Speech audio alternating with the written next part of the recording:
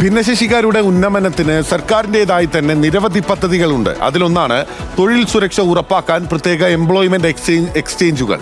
എന്നാൽ ഭിന്നശേഷിക്കാരുടെ ശേഷി മനസ്സിലാക്കാതെയാണ് ഇതുവഴിയുള്ള തൊഴിൽ സാധ്യതകൾ ഇവരിലേക്ക് എത്തുന്നത്. ശാരീരിക പരിമിതി സർട്ടിഫിക്കറ്റുമായി ജോലിക്ക് അപേക്ഷിക്കുന്നവരെ മാനസികമായി തളർത്തുന്നതാണ് ഇവർക്ക് ലഭിക്കുന്ന അഭിമുഖ കത്തുകൾ.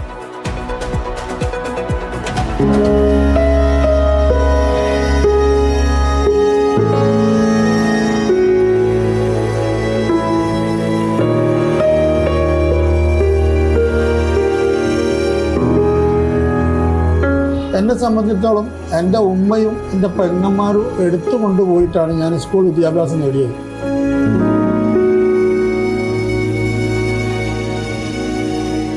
ITIയിൽ 2 വർഷത്തെ ഇലക്ട്രോണിക്സ് വിദ്യാഭ്യാസം നേടി. NCVT സർട്ടിഫിക്കറ്റിൻ്റെ കേന്ദ്ര ഗവൺമെൻറ്റിൻ്റെ NCVT സർട്ടിഫിക്കറ്റുള്ള ഇലക്ട്രോണിക് മെക്കാനിക്ക് പാസ്സായി.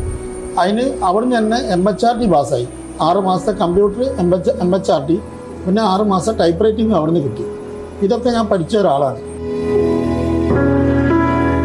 പരിമിതികളുടെ കൊടും കടമ്പകൾ കടന്ന ITI വരെ പഠിച്ച ഖാലിദ് ഭിന്നശേഷിക്കാർക്കുള്ള പ്രത്യേക എംപ്ലോയ്മെന്റ് എക്സ്ചേഞ്ചിൽ ജോലിക്ക് അപേക്ഷിച്ചുള്ള കാത്തിരിപ്പ് ഈ 45-ാം വയസ്സിലും തുടരുന്നു. ഇന്നലെ കയ്യിൽ കിട്ടിയത് 38ാമത്തെ അഭിമുഖ കത്ത്. 80% ഭിന്നശേഷിയുള്ള ഖാലിദിനെ വിളിച്ചിരിക്കുന്നത് താമരശ്ശേരി ലോട്ടറി ഓഫീസ് അടിച്ചുവാരുന്ന ജോലിക്ക്. ലോട്ടറി ഓഫീസ് അടിച്ചുവാരുന്ന പണിക്കാണ് വിളിച്ചത്. ഇതുവരെ ആയിട്ട് 38ാമത്തെ ഇൻ്റർവ്യൂവിലാണ് ഞാൻ പങ്കെടുക്കാൻ പോകുന്നത്. ഇത് 21-ാം തീയതി 10:30 കോഴിക്കോട് ജില്ലാ ട്രഷറി ലോട്ടറി ഡയറക്ടർ മുമ്പാകെ ഞാൻ ഹാജരാകും. ചെയ്യാൻ പറ്റാത്ത ജോലി, എൻ്റെ അവസ്ഥ കാണി എൻ്റെ സർട്ടിഫിക്കറ്റ് എംപ്ലോയ്മെൻറ്റ് രജിസ്റ്റർ ചെയ്തിട്ടുണ്ട്. 80% വൈകല്യം എന്നുള്ളത് അവിടെ നോക്കിയാൽ അവർക്ക് മനസ്സിലാവും. ഇത് അയക്കേണ്ട ഉദ്യോഗസ്ഥന്മാർക്ക് മനസ്സിലാവും. പിന്നെ ഞാൻ ഈ ഇൻ്റർവ്യൂവിന് പോകുന്ന സമയത്ത് എൻ്റെ കൂടെ നല്ല ഫിസിക്കലി ആയിട്ടുള്ള ആളുകളും എൻ്റെ കൂടെ ഇൻ്റർവ്യൂവിനുണ്ട്. ഇതിൻ്റെ കൂടെ ഉണ്ടാവും, ഞങ്ങളും ഉണ്ടാവും. കൽപ്പിലാണ് ഇത് വിളിക്കുന്നത്. അപ്പോൾ അവർ തിരഞ്ഞെടുക്കുമ്പോൾ ഞങ്ങൾ ഒഴിവാക്കിക്കൊണ്ട് നല്ല ഫിസിക്കലി ആയിട്ടുള്ള ആളുകൾക്ക് ഈ ജോലി അവർ കൺവേർട്ട് ചെയ്തു. സംവിധാനങ്ങളുടെ വീഴ്ച അവിടെ തീരുന്നില്ല. തനിക്ക് ചെയ്യാനാകാത്ത ജോലിയെന്ന് തിരിച്ചറിഞ്ഞാലും ഇന്റർവ്യൂവിന് പോകാതിരിക്കാൻ പറ്റില്ല. അങ്ങനെയെങ്കിൽ പിന്നെ വിളിക്കില്ല. അന്ന് പോകുന്ന ബത്ത പൈസ, അന്നത്തെ ചിലവോ കാര്യമൊന്നും അവർ തരില്ല എന്ന് ഇതിനകത്ത് വ്യക്തമായി എഴുതിയിട്ടുണ്ട്. പോവുകയും വേണം, ജോലി കിട്ടുകയില്ല. പങ്കെടുക്കാൻ പറ്റില്ല. അതായത് പങ്കെടുത്തിട്ടില്ലെങ്കിൽ പിന്നീട് ഇവർ വിളിക്കില്ല. കാരണം രജിസ്ട്രേഷന് പിന്നെ നമ്മൾ ചെയ്ത് കഴിഞ്ഞിട്ട് കാര്യമില്ല, നമ്മൾ ഇൻ്റർവ്യൂവിന് പിന്നെ അവർ വിളിക്കില്ല. ഇങ്ങനെ പോയി അറ്റൻഡ് ചെയ്യുന്ന ഓരോ അഭിമുഖവും ഓരോ അനുഭവമാണ് ഇവർക്ക്. ഞാൻ 17ാമത്തെ ആളാണ് ഞാൻ. അപ്പോൾ 1, 2, 3 ആളെങ്ങനെ വിളിച്ചുകൊണ്ട് അത്യാവശ്യം നടക്കാൻ പറ്റുന്നവരൊക്കെ അതിൻ്റെ ഉള്ളിൽ കയറി ഇൻ്റർവ്യൂ നടത്തും.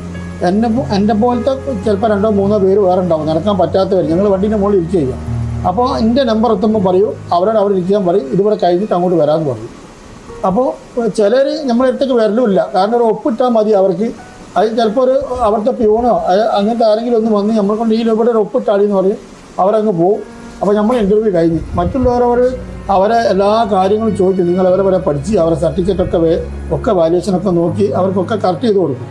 അപ്പോൾ എൻ്റെ നമ്പർ എത്തുമ്പോൾ അവർ ചിലപ്പോൾ ആ ഉദ്യോഗസ്ഥന്മാർ എൻ്റെ ഏരിയത്തേക്ക് വരും. 2-3 ആൾക്കാർ വന്ന് കണ്ടിട്ട് ഫസ്റ്റ് തന്നെ ചോദിക്കുന്നത്, നിങ്ങൾ ഈ നിങ്ങൾക്ക് ഈ ഇൻ്റർവ്യൂ അടിസ്ഥാനത്തിൽ നിങ്ങൾക്ക് ജോലി ചെയ്യാൻ കഴിയില്ലല്ലോ, നിങ്ങൾക്ക് ഈ ഓഫീസിലേക്ക് വരെ കയറാൻ കഴിയാതെ നിങ്ങൾ പിന്നെ ഈ ജോലി എങ്ങനെ ചെയ്യും? അപ്പോൾ നമുക്ക് അവരോട് പറയാനുള്ള ഉത്തരമല്ല. പക്ഷേ വേറൊരു കാര്യം ഞാൻ പറയാം. സർക്കാർ ഒന്ന് ദയവ് വിചാരിച്ച് ഈ വന്ന പുതിയ സർക്കാർ ഇങ്ങനത്തെ താൽക്കാലിക ജോലി പഠിക്കുന്ന ഭിന്നശേഷികളായിട്ട് കൂടുതൽ നടക്കാൻ പറ്റാത്ത ആളുകളുടെ പിന്നെ അവരുടെ ആശ്രിതർക്ക് ഒരു 6 മാസത്തെ ജോലിയെങ്കിലും തന്നുകൊണ്ട് സർക്കാർ ഇതിന് ഞങ്ങൾ ദയവ് ചെയ്ത് ഇതിനൊരു പരിഗണന തരികയാണെങ്കിൽ നിങ്ങൾക്ക് ഈ ജോലി കിട്ടും.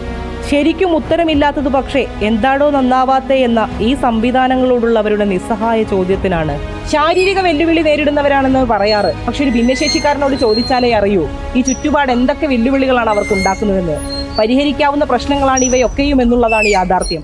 രാഹുൽ മക്കടക്കൊപ്പം Krishnendu, big TV journalist, Kozhikode.